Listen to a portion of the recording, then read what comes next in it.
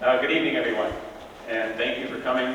Thank you, the organizers, for putting together the event tonight, and thanks for the introduction, Bill.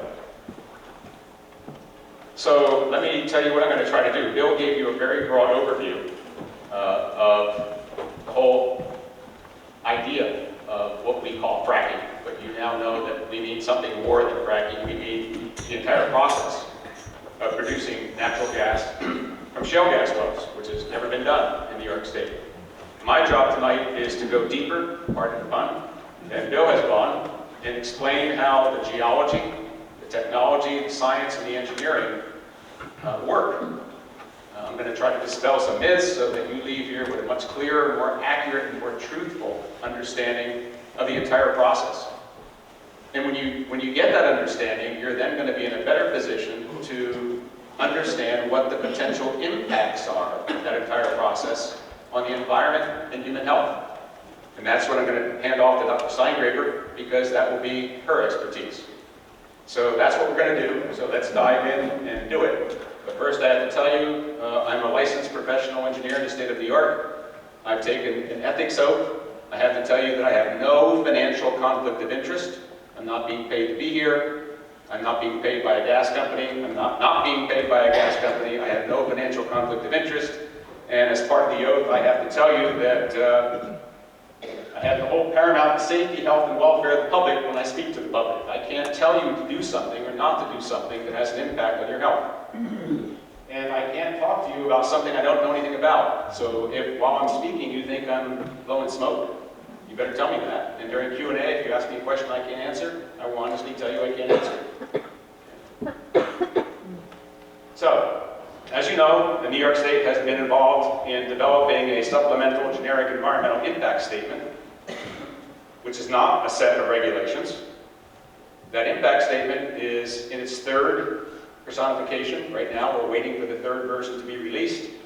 And recently, working with colleagues at Physician Scientists and Engineers, we published what we thought were the 10 most important shortcomings of that SGEIS. We do not have time tonight to go through all 10. So I picked a few, and we're certainly going to go through 2 of them. And if we have time, perhaps during Q&A, we'll go through a third. But if you want to see what all 10 are, I'll give you a website when I'm done today, and you can go to that website and download the entire document. It's very long, it's very detailed, it's highly vetted, it's not peer-reviewed, but it has a reference list that's about 3 pages long. Okay, the 3 things I'm certainly going to cover. How does the whole process work? Not just the fracking, but from the time the first bulldozer shows up to the time you turn on your gas furnace. That's what I mean by the whole process. Because if you don't understand the whole process, you can't understand the impacts, potential impacts on environment and human life. Then we're going to talk about whether there is or is not a significant industrial impact. You know, if we were in the suburb of Philadelphia, we wouldn't have to worry about that. There's industrial impact in the suburb of Philadelphia. There is no industrial impact in upstate New York. Nothing of significance. But I hope to show you that if shale gas does come to upstate New York, there will be significant industrial impact. And then I'm going to answer one of the very detailed technical questions that those of you who are concerned about water certainly want to learn about, and that is, how do wells go bad? How do they leak? What's a casing? What's cement? How often do wells leak? How often do leaky wells contaminate underground sources of drinking water? And again, if we have time later tonight, we'll get into my favorite topic, but one which is the most, well, if we hadn't had Sandy last week, I would have said the issue of climate change and shale gas would have been less important. It's more important now than ever in New York State, but we probably won't have time for it tonight, but maybe during Q&A. Okay, here we go. Geology 101. You can't understand how the whole process works without understanding some very, very basics about geology. I'm going to go very quickly here now. Vertical part of the well, horizontal part of the well. Here's a shale layer. The reason why they have to go vertical is they want to expose as much of the well as possible to as much as shale as possible, because there's gas everywhere in the shale. If you just drill a little bit into the shale, you get a little bit of gas. You drill a lot into the shale, you get a lot of gas. What's a lot? How long is a lateral? 2 miles. 8,000 feet, 7,000 feet, depends upon capital geology. What does that really look like underground? Would that we could go down and look. but it's hot and stinky down here. I don't think you really want to go. So we'll take a trip up to Gonnet Gorge. Everybody in this room has walked up to Gonnet Gorge. So here's the bridge right below the falls, and you've all walked barefoot during the summer up the creek, and you walked on shale, you walked on black shale, and you walked on fracked shale. Did you know that? What do you think all those lines are? You think some engineer came with a straight edge and a saw and put them in there just for tourism? Those are natural hydraulic fractures.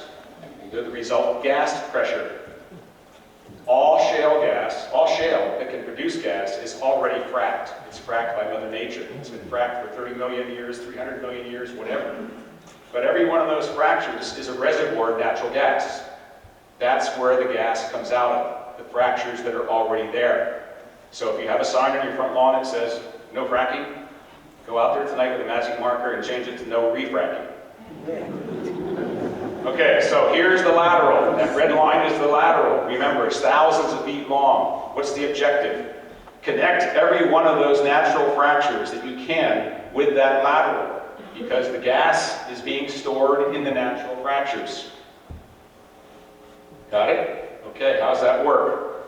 You drill the well, you drill the horizontal, you poke holes in the steel casing, which is supposedly surrounded by cement, so you have to poke holes in the cement. You poke holes so that now the gas that's in those natural fractures can propagate out of those natural fractures through those holes into the casing, up to the surface, and then it can get dehumidified, processed, compressed, stored, transmitted, distributed, and burned.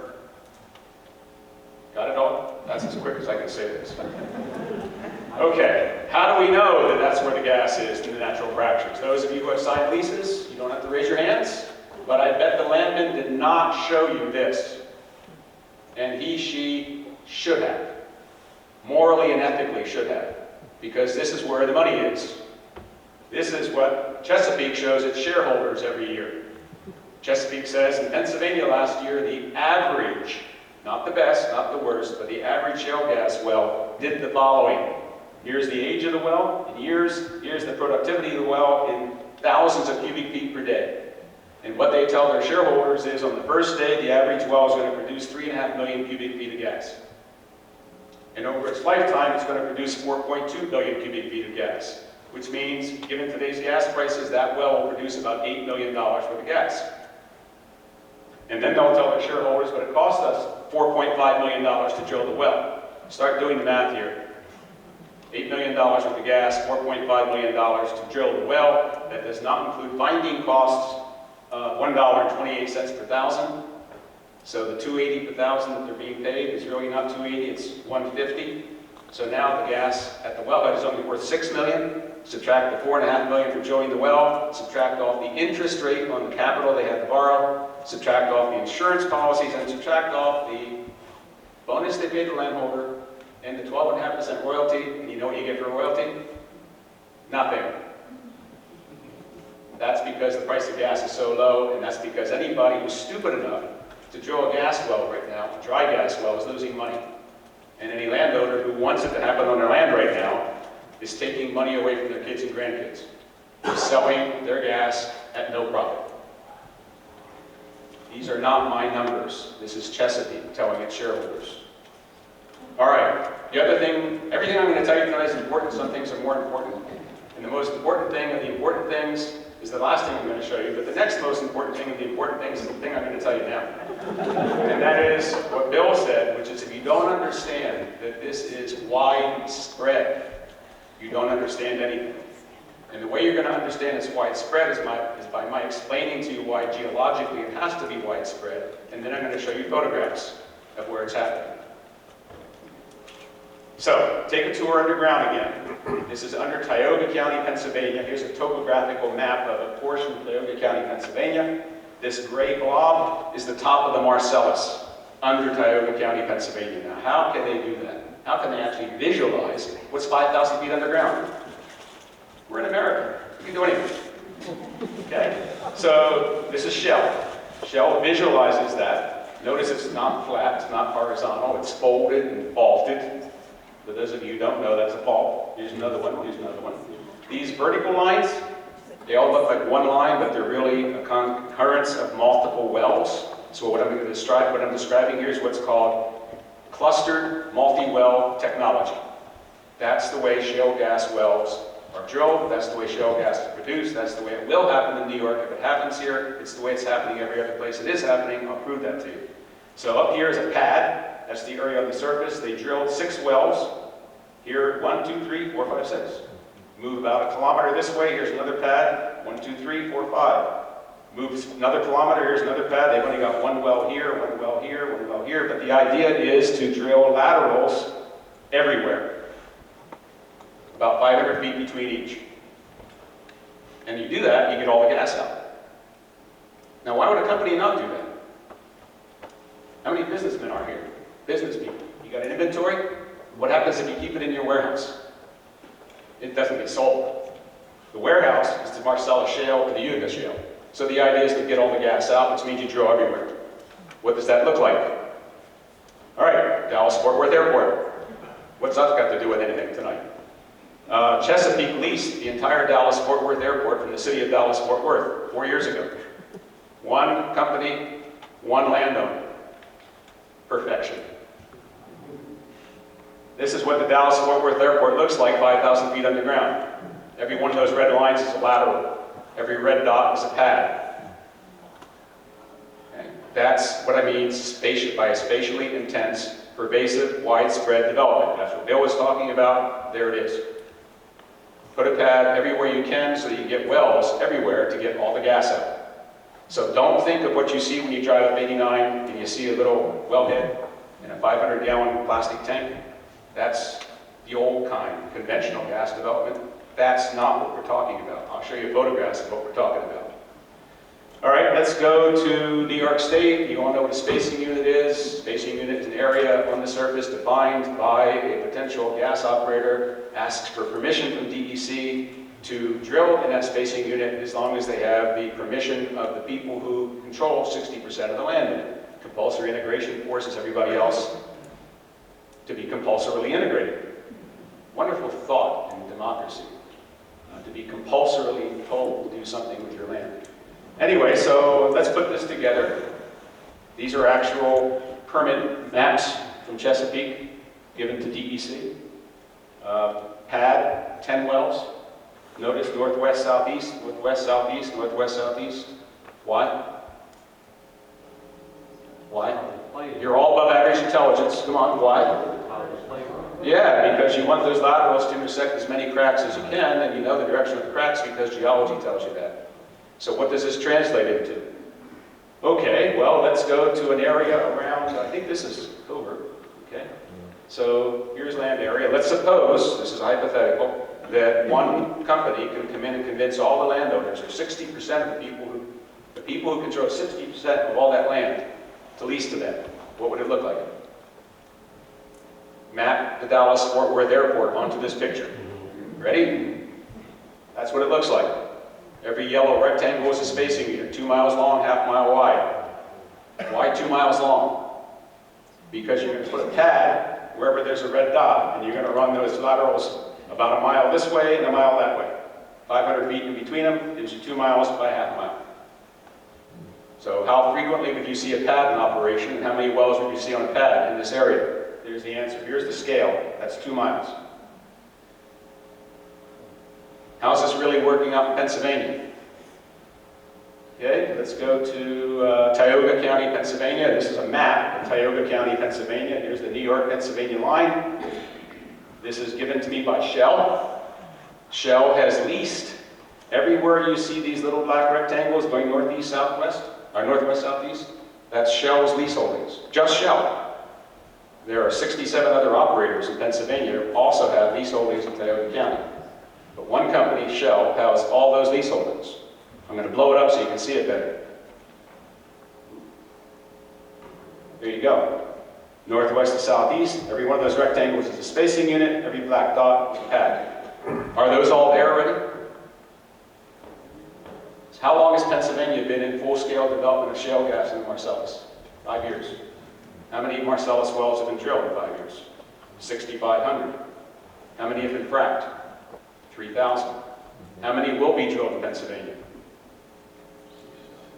100,000. So what are you seeing in Pennsylvania in 5 years?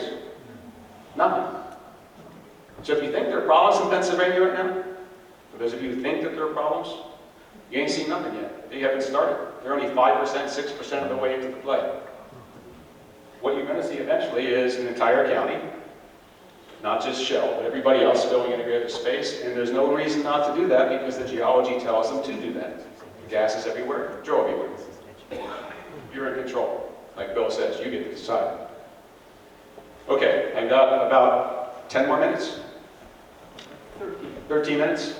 Okay, is there a significant industrial impact? This is going to be a tour. We're just going to take a tour through Pennsylvania and West Virginia. We're going to look at what Marcellus wells, pads, compressor stations, pipelines, processing stations, storage units, disposal pads, waste pits, and reserve pits look like. Because if you're not looking at all that, and you're only thinking of well, pad, you're not seeing the big picture. So here we go. Typical pad in Pennsylvania, there's 5 wellheads, not a single wellhead you see out in the field 10 miles north of here. Notice that this is not a 1-acre well pad. Notice the reserve pits for fresh water and for frac water, and the current proposed New York State regulations will allow reserve pits, not on each pad, but will allow a company to develop reserve pits to service multiple pads.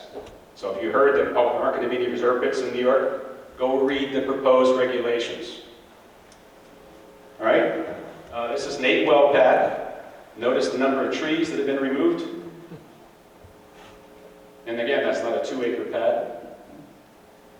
Here's one that shows a little bit more of the technology. Here's 7 wells, reserve pit, home. So when people ask, what should be the setback from your home or from a school? And most people think, well, how far from the wellhead should I be? That's the first question you ask. Then you want to ask, how far from a compressor station should I be? Then you want to ask, how far from a reserve pit should I be? And then you want to ask, how far from a processing unit should I be? And then how far should I be from a dehumidification station? All of this is the infrastructure on the surface. Don't just think pad and well. You have to have all the other stuff or it doesn't work. Okay, another tour. Pad, multiple wells, pad, multiple wells, pad, multiple wells, house. Wastewater pit, processing pit, compressor station.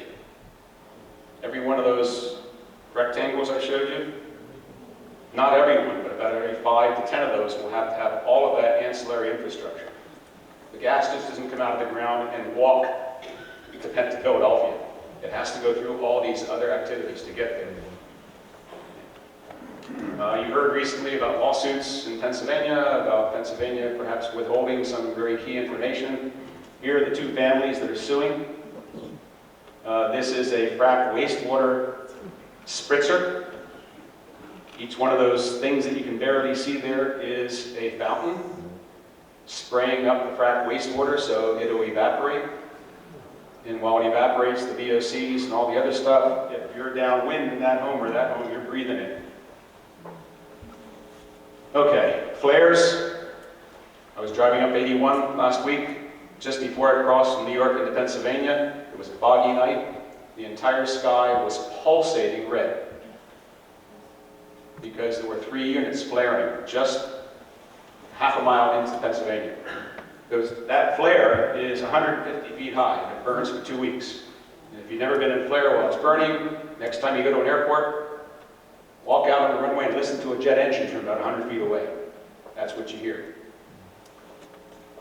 Okay, people say coal mining removes mountaintops. I say shale gas removes mountaintops. People say they will not put shale gas wells on steep slopes. In that case, they actually built part of a mountain for the shale gas well. And if they need to remove part of the mountain to put in a pad, they'll remove part of the mountain. There is nothing to they in Texas, but it doesn't matter. You can be on top of a mountain, side of a mountain, in a valley. If the geology says drill here, they drill here. Last topic. How often do wells leak into water wells and surface waters? Very very hot topic right now. I want to show you what a leaking well looks like.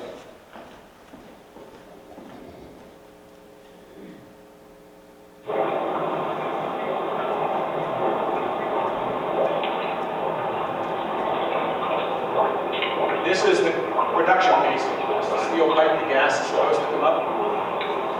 It's only supposed to come up inside the steel pipe. Obviously, there are hydrocarbon gases leaking outside the well. Those gases are coming from thousands of feet underground. On their way to the surface, they have to go through an underground source of drinking water, known as the aquifer. And on the way, they can contaminate that aquifer. And even if they don't, that gas is leaking into the atmosphere. It's a very potent greenhouse gas. They can't fix those leaks, and more often than not, they can't fix them. By the way, plugging a well does not fix a leaking well.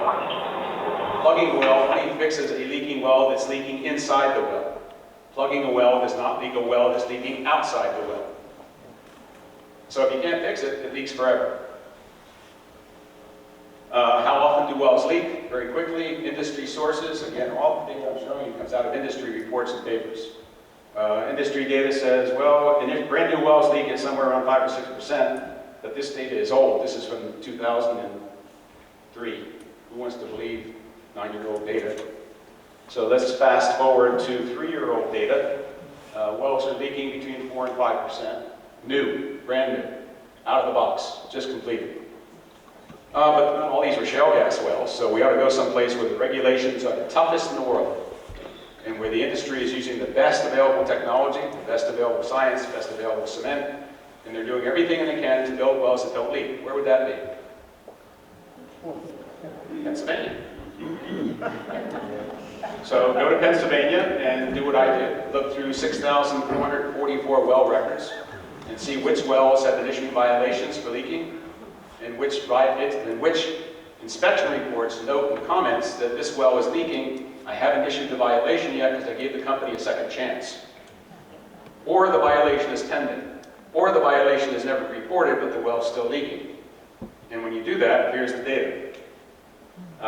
In 2010, 6.9% of the wells leaked. In 2011, 7.2% of the wells were leaking.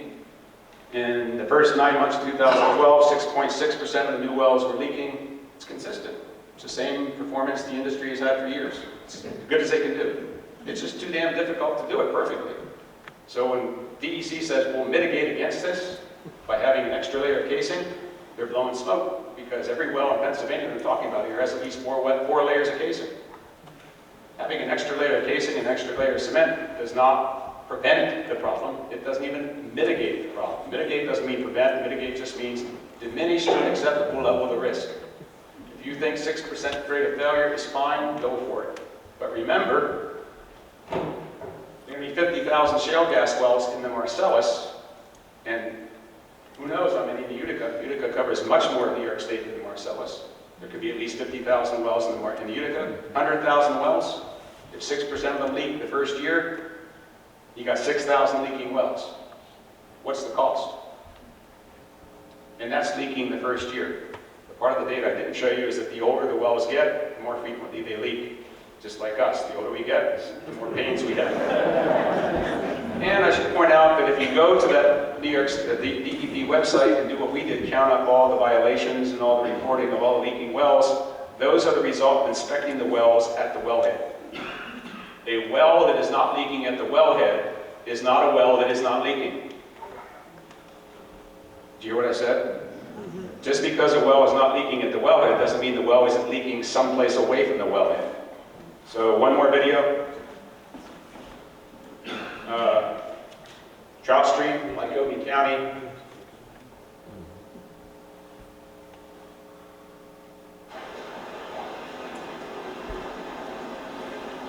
You've all heard about bubbling in the Susquehanna River and bubbling in the streams of Pennsylvania. That's what they mean. So these are shale beds. This bubbling was occurring 2,200 feet away from the nearest well. When the DEP inspector went to that pad, they could find no evidence of the wells leaking. But they were leaking, because they were leaking down underground, 1,000 feet down, 2,000 feet down, 5,000 feet down, and the gas moves laterally through the shale formations and comes up wherever it can. So the data I'm showing you, the 6%, 7% of the wells initially leak, that's minimum, that's lower bound. There have to be more than that. There's no way to go out and test the countryside of Pennsylvania, short of doing what we're trying to do at Cornell, which is fly over it with a small aircraft with a detector and see which wells are leaking away from the well bed.